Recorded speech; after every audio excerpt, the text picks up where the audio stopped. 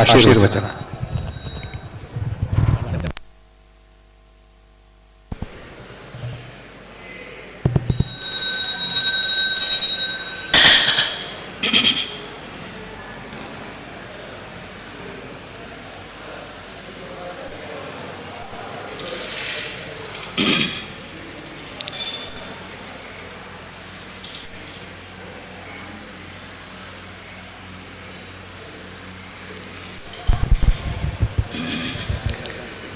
ಕವಿರಾಜಹಂಸಂ ವಿಶರ್ವಮೂರ್ತಿಂ ಬಹುರಾಗಲೋಕೆ ಸುವಿರಾಗಮೂರ್ತಿಂ ಜನತಾಸಾರ್ಗಂ ಜಿತಚಂದ್ರಕೀರ್ತಿಂ ಪುರುಷಶಂಕರಾರ್ಯಂ ಚಿರಮಾನತೋಸ್ಮಿ.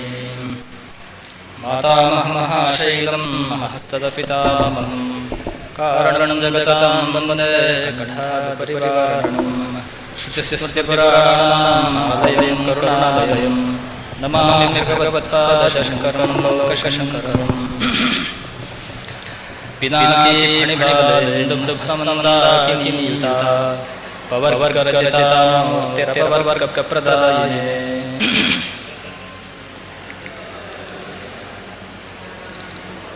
ಭಗವಂತ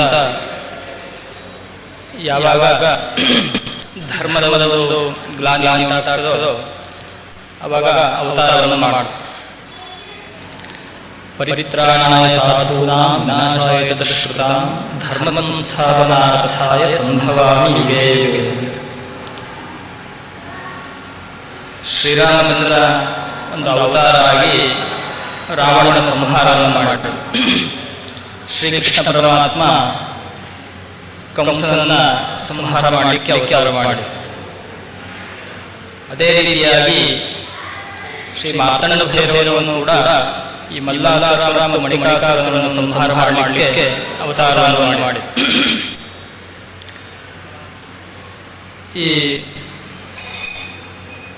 ಮಲ್ಲಾರಿ ಮಹಾತ್ಮ್ಯದಲ್ಲಿ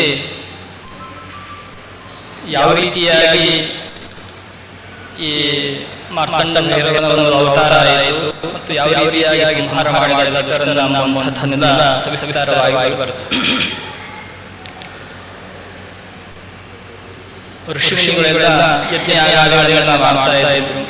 ಆ ಸಂದರ್ಭದಲ್ಲಿ ಈ ಮಲ್ಲಾಸುರ ದೈತ್ಯ ರಾಕ್ಷಸ ಅವರ ಯಜ್ಞಯಾಗಾದಿಗಳೆಲ್ಲ ಮಾಡ್ತಾ ಇದ್ರು. ಋಷಿಮುನಿಗಳು ತಮ್ಮ ಆಶ್ರಮ ಧರ್ಮಕ್ಕೆ ಅನುಸಾರವಾಗಿ ಯಜ್ಞಯಾಗಾದಿಗಳ ವಸ್ತುವನ್ನೆಲ್ಲ ಮಾಡ್ತಾ ಇದ್ರು. ಸಾತ್ವಿಕವಾದಂತಹ ಅನುಷ್ಠಾನಗಳನ್ನೆಲ್ಲ ಮಾಡ್ತಾ ಇದ್ರು. ಅಂತಹ ಸಂದರ್ಭದಲ್ಲಿ ಈ ಮಲ್ಲಾಸುರ ರಾಕ್ಷಸ ಆ ಯಜ್ಞಯಾಗಾದಿಗಳೆಲ್ಲ ಧ್ವಂಸ ಮಾಡ್ತಿದ್ರು. ಅಂದ್ರೆ ಆ ಯಜ್ಞಗಳಲ್ಲಿ ಈ ಋಷಿಮುನಿಗಳೆಲ್ಲ ಸಾತ್ವಿಕವಾದಂತಹ ಹವಿಸ್ಸನ್ನ ಹಾಕ್ತಿದ್ರು. ಆದರೆ ಇವ ಆ ಯಜ್ಞದಲ್ಲಿ ಮಾಂಸ ಮತ್ತು ರಕ್ತ ಇತ್ಯಾದಿಗಳನ್ನೆಲ್ಲ ತಾಮಸೀಯ ಪದಾರ್ಥಗಳನ್ನೆಲ್ಲ ಹಾಕಿ ಆ ಯಜ್ಞಗಳನ್ನೆಲ್ಲ ಧ್ವಂಸ ಮಾಡ್ತಿದ್ರು. ಹೀಗಾಗಿ ಬಹಳಷ್ಟು ತೊಂದರೆ ಆಗ್ತಾ ಇತ್ತು. ಈ ಕಾರಣಕ್ಕಾಗಿ ಎಲ್ಲ ಋಷಿಮುನಿಗಳೆಲ್ಲರೂ ಕೂಡ ಆಕಾಶಮಾರ್ಗವಾಗಿ ಇಂದ್ರನ ಹತ್ರ ಹೋದರು.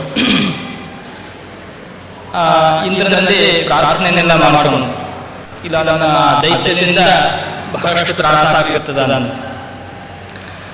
ಅವಾಗ ಆ ಇಂದ್ರ ಹೇಳಿದ, ಈ ಮಲ್ಲಾಸುರ ಅಗದಿ ಘೋರವಾದ ತಪಸ್ಸನ್ನೆಲ್ಲ ಮಾಡಿದ. ಅಂದ್ರೆ ಈ ಹೆಬ್ಬಟ್ಟಿನ ಮೇಲೆ ನಿಂತು ತಪಸ್ಸು ಮಾಡುವಂತಹದ್ದು ಮತ್ತು ಈ ಒಣಗಿದ ಎಲೆಗಳಿಗೆ ಬೆಂಕಿ ಹಚ್ಚಿ ಆ ಧೂಮವನ್ನು ತಗೊಂಡು ತಪಸ್ಸು ಮಾಡುವುದು ಕ್ರೂರವಾದ ತಾಮಸೀಯವಾದ ತಪಸ್ಸು. ಅಶಾಸ್ತ್ರ ವಿಹಿತಂ ಘೋರಂ ತಪ್ಪೆಂತೆ ತಪೋಜನಾಃ, ಇವೆಲ್ಲ ಅಶಾಸ್ತ್ರವಿಹಿತವಾದಂತಹ ತಪಸ್ಸನ್ನೆಲ್ಲ ಮಾಡ್ತಾರೆ. ಇವನ ಒಂದು ಆಶ್ಚರ್ಯವಾದ ತಪಶ್ಚರ್ಯವನ್ನು ನೋಡಿ ಬ್ರಹ್ಮದೇವರಿಗೆ ಸಂತುಷ್ಟರಾಗಿ ವರವನ್ನು ಕೊಟ್ಟು ಅವ ಕೇಳಿದಂಗ ಅಜೇಯತ್ವ ಪ್ರಾಪ್ತಿಯಾಗಲಿ, ಯಾರಿಂದಲೂ ಸೋಲಾಗಬಾರದು ಅಂತ ಅವ ಕೇಳಿ. ಹೀಗಾಗಿ ಅವ ಇಂದ್ರ ಹೇಳ್ದ, ನನ್ನ ಕಡೆಯಿಂದ ಯುದ್ಧ ಮಾಡಲಿಕ್ಕಾಗಿಲ್ಲ, ನೀವೆಲ್ಲರೂ ಕೂಡ ಮಹಾವಿಷ್ಣುವಿನ ಹೋಗ್ರಿ ಅಂತ. ಆ ಸಪ್ತರ್ಷಿಗಳೆಲ್ಲರೂ ಕೂಡ ವೈಕುಂಠಕ್ಕೆ ಹೋದ್ರು. ಅಲ್ಲಿ ವಿಷ್ಣುವನ್ನ ಪ್ರಾರ್ಥನೆ ಮಾಡಿದ್ರು. ಎಲ್ಲ ವಿಷಯಗಳನ್ನ ಹೇಳಿದ್ರು ಕೂಡ ಅವ ಹೇಳ್ದ, ಅವರನ್ನ ಸಂಹಾರ ಮಾಡುವಂತಹ ಶಕ್ತಿ ನನ್ನಲ್ಲೂ ಇಲ್ಲ. ಅದಕ್ಕೆ ಒಬ್ಬನೇ ಪರಮೇಶ್ವರ ಒಬ್ಬನೇ, ನಾವೆಲ್ಲರೂ ಕೂಡ ಕೈಲಾಸಕ್ಕೆ ಹೋಗೋಣ ಅಂತ ಹೇಳಿ ಅಷ್ಟರು ಕೈಲಾಸಕ್ಕೆ ಬಂದು ಆ ಪರಮೇಶ್ವರನ್ನ ಪ್ರಾರ್ಥನೆಯನ್ನು ಮಾಡಿದ್ರು. ಅವಾಗ ನಡೆದ ವೃತ್ತಾಂತವನ್ನೆಲ್ಲ ಹೇಳಿ ಮತ್ತು ಅವನಲ್ಲಿ ಶರಣು ಬಂದ ಕೂಡಲೇ ಶಿವನಿಗೆ ಹೇಳ್ದ, ಭೋಲೇನಾಥ ಅಂತ ಹೇಳಿ, ಸ್ವಲ್ಪ ನಾವು ಪ್ರಾರ್ಥನೆ ಮಾಡಿ ಶರಣಾಗತರಾಗಿಬಿಟ್ರೆ ನಮ್ಮ ಇಷ್ಟಾರ್ಥಗಳನ್ನು ಸಿದ್ಧ ಮಾಡ್ತಾನೆ ಅಂತ. ಹೀಗಾಗಿ ಇವರ ಮೇಲೆ ದಯೆಯಲ್ಲೂ ನೀವೆಲ್ಲರೂ ಕೂಡ ನನ್ನ ಭಕ್ತರಿದ್ದೀರಿ, ಹೀಗಾಗಿ ಅವಶ್ಯವಾಗಿ ಅವನ ಸಂಹಾರ ಮಾಡ್ತೇನೆ ಅಂತ ಹೇಳಿದ್ರು. ಪರಮೇಶ್ವರ ದೇವತೆಗಳೆಲ್ಲ ಆಜ್ಞೆ ಮಾಡಿದ್ರು, ಎಲ್ಲರೂ ಯುದ್ಧಕ್ಕೆ ಹೋಗಬೇಕು ಅಂತ ಹೇಳಿ. ಆ ಮಲ್ಲಾಸುರನನ್ನು ಸಂಹಾರ ಮಾಡಲಿಕ್ಕೆ ಎಲ್ಲ ಯುದ್ಧಕ್ಕೆ ಹೋದರು. ಆ ಯುದ್ಧದ ಒಂದು ನೇತೃತ್ವವನ್ನ ಈ ಸ್ಕಂದ ಅವ ನಿರ್ವಹಣೆ ಮಾಡ್ತಾ ಇತ್ತು. ಈ ಮಾರ್ತಾಂಡ ಭೈರವ ಸೈನ್ಯ ಎಷ್ಟು 7 ಕೋಟಿ ಸೈನ್ಯ ಇತ್ತು. ಹೀಗಾಗಿ ಎಲ್ಲರೂ 7 ಕೋಟಿ ಎಂಬುವಂಥದ್ದು. ಅವನ ಪರಿವಾರ ಬಹಳ ದೊಡ್ಡದು. ಹೀಗಾಗಿ ಆ 7 ಕೋಟಿ ಸೈನ್ಯವನ್ನ ನಿರ್ವಹಣೆ ಮಾಡುವಂಥ ಯಾರಂದ್ರೆ ಸ್ಕಂದ, ಕಾರ್ತಿಕೇಯ, ಅವನಿಗೆ ಚಿಕ್ಕಯ್ಯ ಅಂತ ಹೇಳುವಂಥ. ಅವ ಈ ಎಲ್ಲ ಸೈನ್ಯವನ್ನು ನಿರ್ವಹಣೆ ಮಾಡ್ತಾ ಇದ್ದ. ಕೊನೆಗೆ ಘೋರವಾದಂತಹ ಯುದ್ಧಗಳೆಲ್ಲ ಆಯಿತು. 16ನೇ ಅಧ್ಯಾಯದಲ್ಲಿ ಮಾರ್ತಾಂಡ ಭೈರವ ಈ ಮಲ್ಲಾಸುರನನ್ನ ಸಂಹಾರ ಮಾಡಿ ಕೊನೆಗೆ ಅವ ಕೆಳಗೆ ತಲೆ ಮೇಲೆ ಕಾಲನ್ನು ಇಡುತ್ತೆ. ಮಾರ್ತಾಂಡ ಭೈರವ ಕಾಲಿಡನೆ ಅವನಲ್ಲಿರತಕ್ಕಂತಹ ರಾಕ್ಷಸಿ ಪ್ರವೃತ್ತಿ ಎಲ್ಲವೂ ಕೂಡ ನಾಶ ಆಗಿ ಸಾತ್ವಿಕವಾದಂತಹ ಪ್ರವೃತ್ತಿ ಬಂದು ಕೂಡ ಜ್ಞಾನೋದಯ ಮಾಡಿದೆ ಅಂತ ಹೇಳಿ ಅವಾಗ ಅವನು ಪರಮೇಶ್ವರನನ್ನು ಕುರಿತು ಪ್ರಾರ್ಥನೆಯನ್ನು ಸ್ತೋತ್ರವನ್ನು ಮಾಡ್ತಾನೆ. ಸ್ತೋತ್ರ ಮಾಡಿದ ಕೂಡ ಆಮೇಲೆ ಇವನ್ನ ಪರಮೇಶ್ವರನ ಮಾರ್ತಾಂಡ ಭೈರವನ ಭಕ್ತನೇ ಆಗಿಬಿಡ್ತಾನೆ. ಇಷ್ಟಲ್ಲದೆ ಇವನ್ನ ಈ ಮಲ್ಲಾಸುರನ 5 ಜನ ಮಕ್ಕಳಿದ್ರು. ಅವರು ಕೂಡ ಮತ್ತೆ ಯುದ್ಧಕ್ಕೆ ಬಂದರು ಇವನ ಹತ್ರ. ಅವಾಗ ಮಾರ್ತಾಂಡ ಭೈರವ ಅವಾಗೆಲ್ಲ ಸ್ವಲ್ಪ ತಿಳಿಸಿ ಹೇಳ್ತಾ, ಅಲ್ಲ ನಿಮ್ಮ ಮಕ್ಕನೇ ಬಂದೆಲ್ಲ ಸೋತು ಹೋಗ್ಯಾಗ ನೀವೇನು ಬರ್ತೀರಿ ಅಂತ ಹೇಳಿ ಮತ್ತೆಲ್ಲ ಬುದ್ಧಿವಾದ ಹೇಳಿದ್ರು. ಅವರಿಗೆ ಅಹಂಕಾರದಿಂದ ಇಲ್ಲ ಯುದ್ಧಕ್ಕೆ ಬರ್ತೇವೆ ಅಂತ ಹೇಳಿ ಏನು ಮಾಡಿದ್ರು. ಅವಾಗ ನಾವು ಹೇಳಿದ್ರು, ಇಲ್ಲ ನೀವು ನನ್ನ ಭಕ್ತರ ಒಂದು ಮಕ್ಕಳು ಇದ್ದೀರಿ, ಹೀಗಾಗಿ ನಾನು ನಿಮ್ಮ ಮೇಲೆ ಯುದ್ಧ ಮಾಡಂಗಿಲ್ಲ, ನೀವೆಲ್ಲರೂ ಕೂಡ ಪರ್ವತ ರೂಪಿಗಳಾಗಿ ಕೆಳಗಡೆ ಹೋಗ್ಬಿಡಿ ಅಂತ ಅವ್ರಿಗೆ ಹೇಳ್ತಾರೆ. ಹೀಗಾಗಿ ಈ 5 ಜನ ಮಕ್ಕಳು ಇವರೆಲ್ಲರೂ ಕೂಡ ಪರ್ವತ ರೂಪಿಗಳಾಗ್ಬಿಡ್ತಾರೆ. ಈ ಬೀದರ್ ಜಿಲ್ಲೆಯಲ್ಲಿರುವಂತಹ ಪ್ರೇಮಪುರ ಅಂತಿದೆ. ಈ ಪ್ರೇಮಪುರ ಅನ್ನುವಂಥದ್ದು ಮಾರ್ತಾಂಡ ಭೈರವನ ಒಂದು ರಾಜಧಾನಿ ಅಂತ. ಅದ್ರ ಹತ್ರನೇ ಅವೆಲ್ಲ 5 ಪರ್ವತಗಳಿವೆ. ಇವತ್ತಿಗೂ ಕೂಡ 5 ತಲೆಯ ಗುಡ್ಡ ಅಂತ ಹೇಳಿ, 5 ತಲೆಯ ಗುಡ್ಡ ಅಂತ ಈ 5 ಜನ ಮಕ್ಕಳು ಇದು ಅಂತ ಹೇಳಿ. ಹೀಗಾಗಿ ಆ ಪ್ರೇಮಪುರದ ಹತ್ರ ಇವೆಲ್ಲ ಪರ್ವತವಾಗಿ ಇವತ್ತಿಗೂ ಇದ್ದಾರೆ ಅಂತ ಹೇಳ್ತಾರೆ. ಹಿಂಗೆ ಈ ಪ್ರೇಮಪುರದಲ್ಲಿ ಈ ಪ್ರೇಮಪುರ ಅನ್ನುವಂಥದ್ದು ಮಾರ್ತಾಂಡ ಭೈರವನ ಒಂದು ರಾಜಧಾನಿ. ಅಲ್ಲಿ ಹೋಗಿ ನಾವು ದರ್ಶನ ಮಾಡಿದರೆ ಸಾಕು, ಎಷ್ಟೋ ಪಾಪಗಳು ಕೂಡ ಪರಿಹಾರ ಆಗ್ತವೆ ಅಂತ ಹೇಳ್ತಾರೆ. ಮತ್ತು ಅಲ್ಲಿ ಅನೇಕ ತೀರ್ಥಗಳಿವೆ. ಅದು ಬಹಳ ವಿಶೇಷವಾದಂತಹ ಆ ತೀರ್ಥಗಳಲ್ಲಿ ಸ್ನಾನ ಮಾಡುವುದು ಅಂತ ಹೇಳ್ತಾರೆ. ಅಲ್ಲಿ 60 ತೀರ್ಥಗಳಿವೆ ಅಂತ ಹೇಳ್ತಾರೆ ಮುಖ್ಯವಾಗಿ. ಅದಕ್ಕೆ ಷಷ್ಠಿ ಅಂತ ಹೇಳ್ತಾರೆ. ಸಂಸ್ಕೃತದಲ್ಲಿ ಷಷ್ಠಿ ಅಂದ್ರೆ 60. ಅದಕ್ಕೆ ಚಂಪಾಷಷ್ಠಿ ಅಂತ ಹೇಳ್ತಾರೆ. ಚಂಪಾಷಷ್ಠಿ ಅಂದ್ರೆ 60 ತೀರ್ಥಗಳಿಂದ ಕೂಡಿದಂತಹ ಪ್ರೇಮಪುರ ಅಂತ. ಅಲ್ಲಿ ಹೋದ್ರೆ ಅವತ್ತಿನ ದಿವಸ ಸ್ನಾನ ಮಾಡಿ ವಿಶೇಷವಾದಂತಹ ಒಂದು ಪುಣ್ಯ ಪ್ರಾಪ್ತಿಯಾಗ್ತದೆ ಅಂತ ಈ ಮಲ್ಲಾರ ಚರಿತ್ರೆಯಲ್ಲಿ ಹೇಳ್ತಾರೆ. ಈ ಮಲ್ಲಾರ ಚರಿತ್ರೆಯಲ್ಲಿ 21ನೇ ಅಧ್ಯಾಯದಲ್ಲಿ 8 ವಿಧವಾದಂತಹ ಭಕ್ತಿಗಳನ್ನು ಹೇಳ್ತಾರೆ.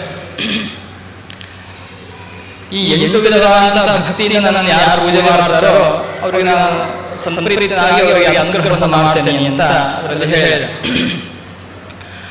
ಭಕ್ತಿ ಪ್ರೀತಿ ಕಥಾಕಾಂಕ್ಷ ಮಮ ಮಧ್ಯಾಹ್ನ ತಥಾ ಜಪಃ ಪೂಜಾನೋದನಂ ಸ್ತೋತ್ರ ಮಾವೇಶೆ ನೋಪಜೀವನಂ ಅಂತ ಹೇಳ್ತಾರೆ. ಭಕ್ತಿರಷ್ಟವಿಧ ಚೈವ, 8 ವಿಧವಾದಂತಹ ಭಕ್ತಿಗಳಿವೆ. ಈ ರೀತಿಯಾದ ಭಕ್ತಿಯನ್ನು ಮಾಡಿದವರಿಗೆ ಸಮುಕ್ತಿ ಸರ್ವಪಾಪೇಭ್ಯೋ ಶಿವಲೋಕೆ ಮಹ್ಯತೆ, ಎಲ್ಲ ಪಾಪಗಳಿಂದಲೂ ಕೂಡ ಮುಕ್ತರಾಗಿ ಶಿವಲೋಕದಲ್ಲಿರ್ತಾರೆ ಅಂತ ಹೇಳ್ತಾರೆ. ಹೀಗಾಗಿ ಈ ಭಕ್ತಿ ಎಂಬುವಂಥದ್ದು ಮುಖ್ಯವಾದಂಥ. ನಾವು ಭಗವಂತನನ್ನ ಪಡಿಬೇಕಾದ್ರೆ ಈ ಭಕ್ತಿ ಎಂಬುವಂಥದ್ದು ಬೇಕೇ ಬೇಕು. ಭಕ್ತ ಮತ್ತು ಭಗವಂತನ ನಡುವೆ ಇರುವಂತಹ ಸೇತುವೆನೇ ಭಕ್ತಿ ಅಂತ. ಅದಕ್ಕೆ ಶಂಕರ ಭಗವತ್ಪಾದಾಚಾರ್ಯರು ಭಕ್ತಿ ಅಂದರೆ ಏನು ಅಂತಂದ್ರೆ ಮೋಕ್ಷ ಸಾಧನ ಸಾಮಗ್ರ್ಯಾಂ ಭಕ್ತಿರೇವ ಗರೀಯಸಿ ಅಂತ ಹೇಳಿದ. ಮೋಕ್ಷ ಸಾಧನ ಸಾಮಗ್ರಿಯಲ್ಲಿ ಭಕ್ತಿನೇ ಶ್ರೇಷ್ಠವಾದಂತಹದ್ದು ಅಂತ ಹೇಳಿದ.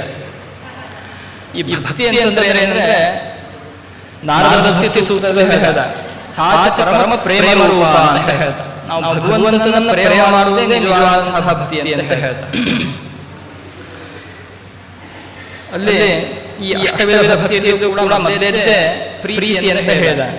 ಪ್ರೀತಿ, ಚರಿತ್ರ ಶ್ರವಣೆ ಇಚ್ಛೆ, ಮೂರ್ತಿ ಪೂಜನೆ ಮತ್ತು ಮೂರ್ತಿ ಪೂಜೆಯ ಸಂತೋಷವನ್ನು ವ್ಯಕ್ತಪಡಿಸುವಂತಹದ್ದು, ದೇವರ ಮೇಲೆ ಸಂಪೂರ್ಣ ಭಾರ ಹಾಕಿರುವಂತಹದ್ದು, ಭಗವಂತನ ಧ್ಯಾನ, ಜಪ ಮತ್ತು ಸ್ತೋತ್ರ, ಇವು ಅಷ್ಟವಿಧವಾದಂತಹ ಭಕ್ತಿಗಳು ಅಂತ ಮಾರ್ತಾಂಡ ದೇವರು ಹೇಳ್ತಾರೆ.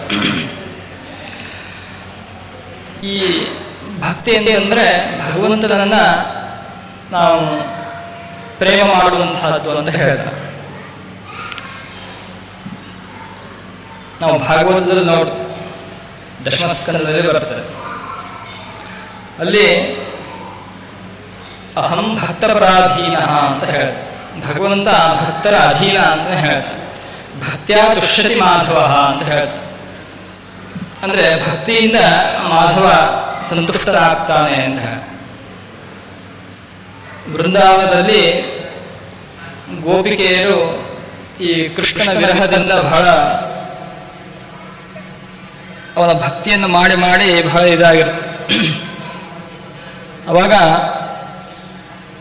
ಕೃಷ್ಣ ಪರಮಾತ್ಮ ಹೇಳ್ದ, ಉದ್ಧವಗೆ ಹೇಳ್ತ, ಉದ್ಧವ ಮಹಾಜ್ಞಾನಿ ಅವನಿಗೆ ಹೇಳಿ, ಇಲ್ಲ ನೀನು ವೃಂದಾವನಕ್ಕೆ ಹೋಗ, ಅಲ್ಲಿ ಗೋಪಿಕಾ ಸ್ತ್ರೀಯರು ನನ್ನ ವಿರಹದಿಂದ ಇದ್ದಾರೆ ಅಂತ ಹೇಳಿ ಮತ್ಸಂದೇಶೇ ವಿಮೋಚಯ, ತನ್ನ ಸಂದೇಶವನ್ನು ಕೊಟ್ಟು ಕಳಿಸ್ತಾನೆ.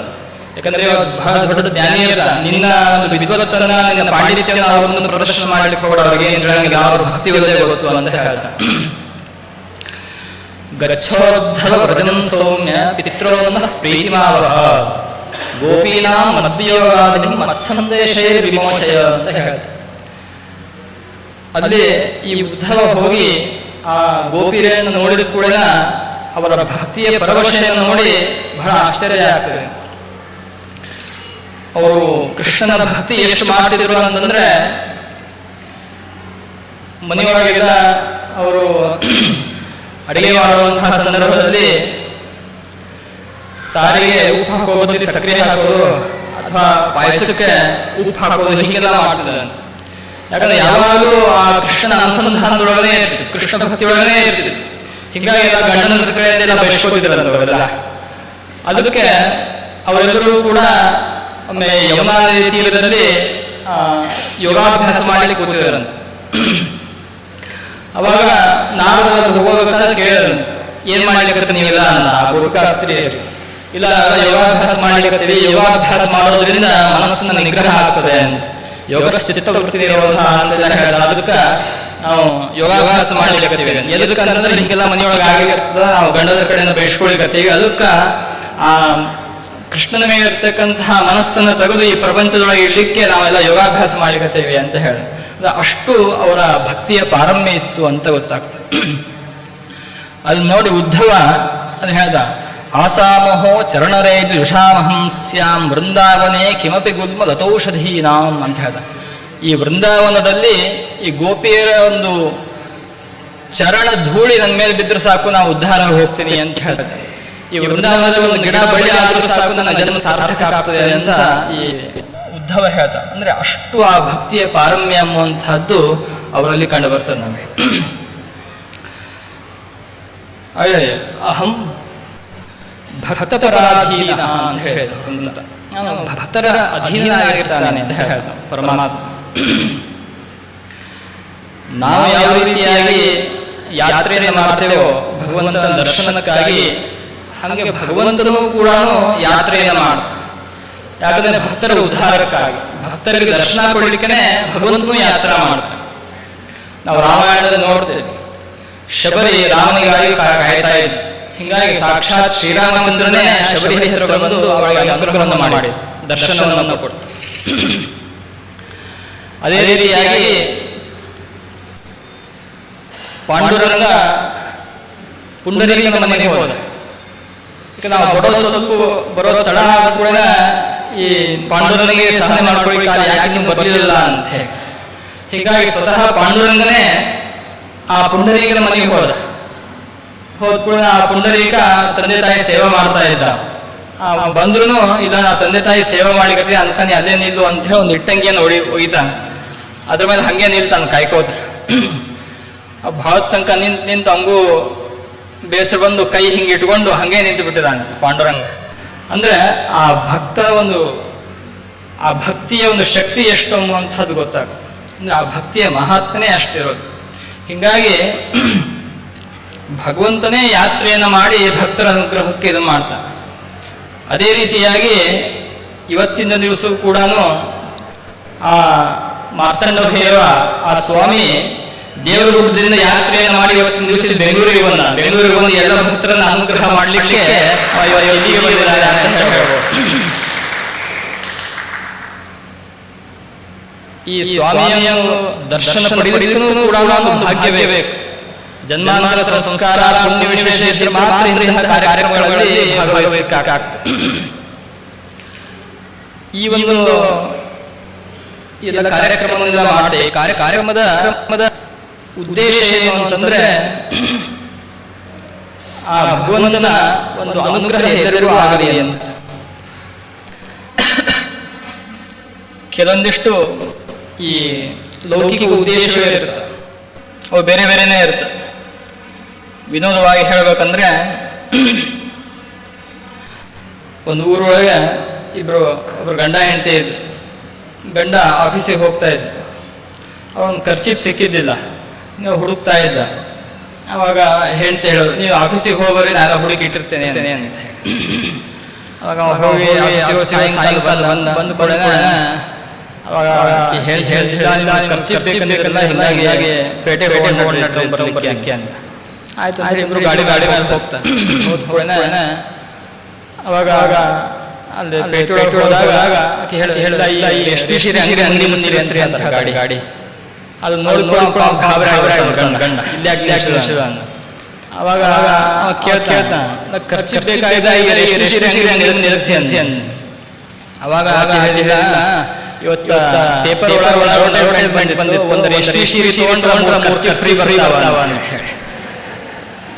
ಅವಳು ಉದ್ದೇಶ ರೇಷ್ಮೆ ಸೀರೆ ಖರ್ಚು ಬಿದ್ದಿಲ್ಲ. ಹಿಂಗೆ ಲೌಕಿಕ ದೇಶವೇ ಬೇರೆ ಬೇರೆ ಬೇರೆ ಇರ್ತವೆ. ಆದ್ರೆ ಇವತ್ತು ಈ ಕಾರ್ಯಕ್ರಮ ಮಾಡುವ ಉದ್ದೇಶ ಅಂತಂದ್ರೆ ಎಲ್ಲರಿಗೂ ಕೂಡ ಆ ಭಗವಂತನ ದರ್ಶನ ಆಗಲಿ, ಮತ್ತು ಮುಖ್ಯವಾಗಿ ಎಲ್ಲರಿಗೂ ನೆಮ್ಮದಿ, ಶಾಂತಿ, ಸಮಾಧಾನ ಸಿಗಲಿ ಎಂಬ ಉದ್ದೇಶದಿಂದ ಈ ಕಾರ್ಯಕ್ರಮ ಮಾಡ್ತಾ ಇರುವಂಥದ್ದು. ಮುಖ್ಯವಾಗಿ ಈಗಿನ ದಿನಗಳಲ್ಲಿ ಯಾರಿಗೂ ಕೂಡ ಈ ಶಾಂತಿ ಸಮಾಧಾನ ಅಂತಂದೇ ಕಡಿಮೆ ಆಗಿಬಿಟ್ಟದೆ. ಈ ರಮಣ ಮಹರ್ಷಿಗಳ ಹತ್ರ ಒಬ್ರು ವಿದೇಶಿಯ ಭಕ್ತರು ಬಂದಿದ್ರು. ಜರ್ಮನ್ ಬಂದಿದ್ರು ರಮಣ ಮಹರ್ಷಿಗಳ ಹತ್ರ. ಅಲ್ಲಿ ಅವ ಬಂದು ಕೇಳಿದ, ಐ ವಾಂಟ್ ಪೀಸ್ ಅಂತ ಹೇಳಿ ರಮಣ ಮಹರ್ಷಿಗಳ ಹತ್ರ. ಯಾಕಂದ್ರೆ ಅವರೆಲ್ಲ ಶಾಂತಿನೇ ಮುಖ್ಯ ಇರ್ತದೆ, ದುಡ್ಡು ರಗಡ ಆದ್ರೆ ಸಮಾಧಾನ ಇರಂಗಿಲ್ಲ. ಅವಾಗ ರಮಣ ಶಾಂತವಾಗಿ ಬಹಳ ಮಾತಾಡ್ತಿದ್ರು. ಒಂದು ಐ ವಾಂಟ್ ಪೀಸ್ ಅಂತ ಹೇಳಿ ಅವ್ರು ಹೇಳಿದ್ರು. ಅದ್ರೊಳಗೆ ಆಯ್ತಾಗಿ ಅಂತಂದು ಅಂದ್ರೆ ಅಹಂಕಾರ ಅಂತ ಅರ್ಥ. ಏನೇ ಕೆಲಸ ಮಾಡೋದು ನಾ ಮಾಡಿದೆ ಅನ್ನುವಂಥದ್ದು ಮೊದಲು ಬಿಡಬೇಕು. ಈಗ ನೋಡಿ ಎಲ್ಲ ಕೆಲವೊಂದಿಷ್ಟು ಇವನು ಅದೇ ಹೆಸರಿನೇ ಇರುತ್ತೆ. ಒಂದಿಷ್ಟು ಐಬಾಲ್ ಐಟೆನ್ ಇವೆಲ್ಲ ಇರ್ತವೆ, ಅವು ಕೂಡ ಆಯಾಮಗಳೇ ಇರ್ತವೆ. ಅಂದ್ರೆ ಅಹಂಕಾರ ಸೂಚನೆ ಇರಲ್ಲ. ಆಯ ಎಂಬುವಂತಹ ತೆಗಿಯಂತ ಮುಂದೆ ವಾಂಟ್ ಅನ್ನುವಂಥದ್ದು ಉಳಿತು. ವಾಂಟ್ ಅಂದ್ರೆ ಬೇಕು ಅನ್ನುವಂಥದ್ದು. ಅದು ಬೇಕು ಇದು ಬೇಕು ಅಂತ ನಾವೇನು ಮಾಡ್ತಾ ಅದರಿಂದ ಯಾವುದು ಶಾಂತಿ ಅನ್ನುವಂಥದ್ದು ಸಿಗಂಗಿಲ್ಲ ನಮಗೆ, ಇನ್ನೂ ತ್ರಾಸ ಜಾಸ್ತಿ ಆಗ್ತದೆ ಅದರಿಂದ. ಆಯ್ ಮತ್ತು ವಾಂಟ್ ಎರಡು ಹೋತು, ಮತ್ತು ಉಳಿದೇನಪ್ಪ ಅಂದ್ರೆ ಪೀಸ್. ಐ ವಾಂಟ್ ಪೀಸ್ ಅಂತ ಐ ವಾಂಟ್ ಪೀಸ್, ನಾನು ಮಾಡಿದೆ ಮತ್ತು ಅದು ಬೇಕು ಇದು ಬೇಕು ಎರಡು ಬಿಟ್ಟರೆ ಶಾಂತಿ ಅನ್ನುವಂಥ ತಾನಾಗೇನೆ ಬರುತ್ತೆ. ಹಿಂಗಾಗಿ ಮತ್ತೆ ನಾವು ಹೊರಗೆ ಹುಡುಕಬೇಕಾದಂಥ ಅವಶ್ಯಕತೆ ಇಲ್ಲ. ಹಿಂಗಾಗಿ ಈ ಶಾಂತಿ ಅನ್ನುವಂಥದ್ದು ಬಹಳ ಮುಖ್ಯವಾದಂಥ, ಈ ಶಾಂತಿ ಸಮಾಧಾನ ಸಿಗಲಿಕ್ಕೆ ಈ ರೀತಿಯಾದಂತಹ ಕಾರ್ಯಕ್ರಮವನ್ನ ಮಾಡ್ತಾ ಇರುವಂತಹದ್ದು. ಈ ಒಂದು ಕಾರ್ಯಕ್ರಮದ ಮೂಲ ಉದ್ದೇಶ ಎಲ್ಲರೂ ಕೂಡ ಈ ಸಮಾಜದವರು ಎಲ್ಲರೂ ಕೂಡ ಈ ಕಾರ್ಯಕ್ರಮದಲ್ಲಿ ಭಾಗವಹಿಸಿ ಆ ಸ್ವಾಮಿಯ ಒಂದು ಕೃಪೆಗೆ ಎಲ್ಲರೂ ಕೂಡ ಪಾತ್ರರಾಗಬೇಕು ಅನ್ನುವಂತಹ ಉದ್ದೇಶದಿಂದ ಮಾಡುವಂತಹದ್ದು. ಅವರವರು ಮಾಡಬಹುದು, ಆದರೆ ಒಬ್ಬರೇ ಮಾಡುವುದಕ್ಕೂ ಸಾಮೂಹಿಕ ಮಾಡುವುದಕ್ಕೂ ಫಲಗಳಲ್ಲಿ ವ್ಯತ್ಯಾಸ ಗೊತ್ತಾಗ್ತದೆ. ಈಗ ಒಬ್ಬರೇ ಯುದ್ಧಕ್ಕೆ ಹೋಗೋದಕ್ಕೂ 100 ಜನ ಕೂಡಿ ಯುದ್ಧಕ್ಕೆ ಹೋಗೋದು ಬಹಳ ವ್ಯತ್ಯಾಸ, ಫಲಗಳಲ್ಲೂ ಕೂಡ ವ್ಯತ್ಯಾಸ ಇರುತ್ತೆ. ಹಂಗೆ ಎಲ್ಲ ಸಮಾಜದ ಎಲ್ಲರೂ ಕೂಡಿ ಈ ಒಂದು ಕಾರ್ಯಕ್ರಮ ಮಾಡೋದ್ರಿಂದ ಆ ಭಗವಂತನೂ ಕೂಡ ಪ್ರೀತಿ ಆಗ್ತದೆ, ಅದರಿಂದ ಸಂತುಷ್ಟನಾಗಿ ಅವನು ಕೂಡ ವಿಶೇಷವಾದ ಅನುಗ್ರಹವನ್ನು ಮಾಡೇ ಮಾಡ್ತಾನೆ ಅಂತ ಹೇಳ್ತಾ ಇವತ್ತಿನ ದಿವಸ ಈ ಒಂದು ಚಿಕ್ಕೆಯದುಡೆಯ ಕಾರ್ಯಕ್ರಮ ಅತ್ಯಂತ ಶ್ರದ್ಧಾ ಭಕ್ತಿಗಳಿಂದ ಇವೆಲ್ಲರೂ ಕೂಡ ಮಾಡ್ತಾ ಇದ್ದೀರಿ. ನಾಳೆ ಮತ್ತು ನಾಳೆ ಇನ್ನೂ 2 ದಿವಸ ಈ ಕಾರ್ಯಕ್ರಮ ಇದೆ. ಇದೆಲ್ಲರೂ ಕೂಡ ನಿರ್ವಿಘ್ನವಾಗಿ ನೆರವೇರಲಿ ಅಂತ ಹೇಳ್ತಾ, ಈಗಾಗಲೇ ಸುಮಾರು ಇದು 23ನೇ ವರ್ಷದ ಒಂದು ಪೂಜಾ ಕೈಂಕರ್ಯ ಅಂತ ಹೇಳ್ಬೋದು. 22 ವರ್ಷಗಳಿಂದ ನಿರಂತರವಾಗಿ ಈ ಒಂದು ಕಾರ್ಯಕ್ರಮವನ್ನು ಮಾಡ್ಕೋತಾ ಬಂದಿದ್ದಾರೆ ಚಿಕ್ಕೆಯದುಡೆಯಲ್ಲ. ಇದು ಬಹಳ ವಿಶೇಷವಾದಂತಹದ್ದು. ಇದಾಗಲೇ 23 ವರ್ಷ ಆಯಿತು, ಇನ್ನು 2 ವರ್ಷಕ್ಕೆ 25 ವರ್ಷ ಆಗ್ಬಿಡ್ತದೆ. ಆಗಲೇ ರಜತ ಮಹೋತ್ಸವನೇ ಆಮೇಲೆ ಅದೆಲ್ಲವೂ ಕೂಡ ಅತ್ಯಂತ ವಿಜೃಂಭಣೆಯಿಂದ ಆಚರಿಸಬೇಕು. ಅದಕ್ಕಾಗಿ ಈಗಿಂದಲೇ ಎಲ್ಲ ತಯಾರಿ ನಡೆಸಿದ್ದಾರೆ ಅನಿಸ್ತದೆ. ಅಲ್ಲಿ ಯಲಹಂಕದ ಹತ್ರ ಮೈಲಾರಲಿಂಗೇಶ್ವರ ಗುಡ್ಡೆ ವಿನಾಯಕ ಎಂಬಂತಹ ದೇವಸ್ಥಾನ ಈಗಾಗಲೇ ತಯಾರಿ ನಡೆಸಿದ್ದಾರೆ. ಅಲ್ಲೂ ಕೂಡ ಪ್ರತಿನಿತ್ಯ ವಿಶೇಷ ಪೂಜಾ ಕಾರ್ಯಕ್ರಮಗಳು ಮತ್ತು ಸೇವೆಗಳೆಲ್ಲ ನಡೀತಾ ಇದೆ. ಅಲ್ಲಿ ಭಕ್ತರು ಕೂಡ ವಿಶೇಷವಾದಂತಹ ಸೇವೆಯನ್ನು ಸಲ್ಲಿಸಿ ಆ ಸ್ವಾಮಿಯ ಕೃಪೆಗೆ ಎಲ್ಲರೂ ಕೂಡ ಪಾತ್ರರಾಗಬೇಕು ಅಂತ ಹೇಳ್ತಾ, ಮತ್ತು ನಾಳೆ ಮುಖ್ಯ ವಿಶೇಷ ಕಾರ್ಯಕ್ರಮ ಇರುವಂತಹದ್ದು. ಈ ಒಂದು ಕಾರ್ಯಕ್ರಮದಲ್ಲಿ ಎಲ್ಲರೂ ಕೂಡ ಶ್ರದ್ಧಾ ಭಕ್ತಿಗಳಿಂದ ಈ ಒಂದು ಕಾರ್ಯಕ್ರಮದಲ್ಲಿ ಭಾಗವಹಿಸಿ ಆ ಸ್ವಾಮಿಯ ಕೃಪೆಗೆ ಎಲ್ಲರೂ ಪಾತ್ರರಾಗಲಿ ಅಂತ ನಮ್ಮ ಗುರುಗಳಾದಂತಹ ಜಗದ್ಗುರು ಶ್ರೀ ಶ್ರೀ ಯೋಗಾನಂದ ನರಸಿಂಹಭಾರತಿ ಮಹಾಸ್ವಾಮಿಗಳವರ ಚರಣ ಕಮಲಗಳಲ್ಲಿ ಪ್ರಾರ್ಥಿಸುತ್ತಾ, ಮತ್ತು ಎಲ್ಲರಿಗೂ ಕೂಡ ನಾರಾಯಣ ಸ್ಮರಣೆ ಪೂರ್ವಕ ಆಶೀರ್ವಾದಗಳನ್ನು ತಿಳಿಸ್ತಾ ಈ ನಮ್ಮ ವಕ್ತವ್ಯವನ್ನು ಇಲ್ಲಿ ಮುಕ್ತಾಯ ಮಾಡ್ತೇವೆ. ಹರ ಪಾರ್ವತಿ ಪತೆ ಹರ ಈಗ ಗುರುಗಳು ನಮಗೆ ಎಷ್ಟು ಬಹಳ ಚೆನ್ನಾಗಿ ನೀವು ಭಕ್ತಿಯಿಂದ ನಿಮ್ಮಲ್ಲೇ ಬಂದು ಪ್ರತ್ಯಕ್ಷನಾಗಿ ನಿಮಗೆಲ್ಲ ಆಶೀರ್ವಚನ ನೀಡ್ತಾರೆ ಅಂತ ಬಹಳ ಚೆನ್ನಾಗಿ ತಿಳಿಸಿಕೊಟ್ಟಿದ್ದಾರೆ. ಗುರುಗಳಿಗೆ ನಮ್ಮೆಲ್ಲ ಶಿರಸಾಷ್ಟಾಂಗ ನಮಸ್ಕಾರಗಳು.